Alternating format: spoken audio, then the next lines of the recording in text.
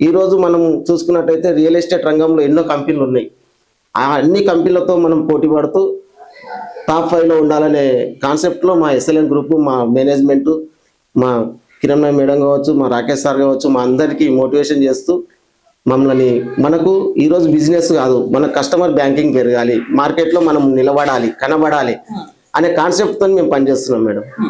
అంటే ప్రతి ఒక్కరికి మీరు అన్నట్టే సొంతింటి కళ అనేది ఉంటది.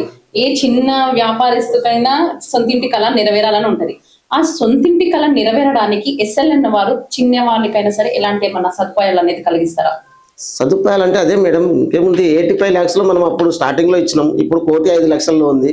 ఆ 1,05,00,000 వాళ్ళ దగ్గర ఒక 30% అమౌంట్ ఉన్నా కూడా మిగిలింది మనం బ్యాంక్ లోన్ చేపించిస్తున్నాం వాళ్ళకి. బ్యాంక్ లోన్లో మనం వాళ్ళకు క్లియర్గా మనం ఇల్లు కట్టి లోన్ వచ్చింది, వాళ్ళకి లోన్ ఇప్పిస్తున్నాం మనమే, కన్స్ట్రక్షన్ చేసి ఇస్తున్నాం మనమే. వాళ్ళు ఓన్లీ గృహప్రవేశం చేసుకోవడమే. అటువంటిప్పుడు వాళ్ళకి ఎటువంటి ఇబ్బంది ఉండదు. ఓన్లీ 30% కడితే సరిపోతుంది మన దగ్గర.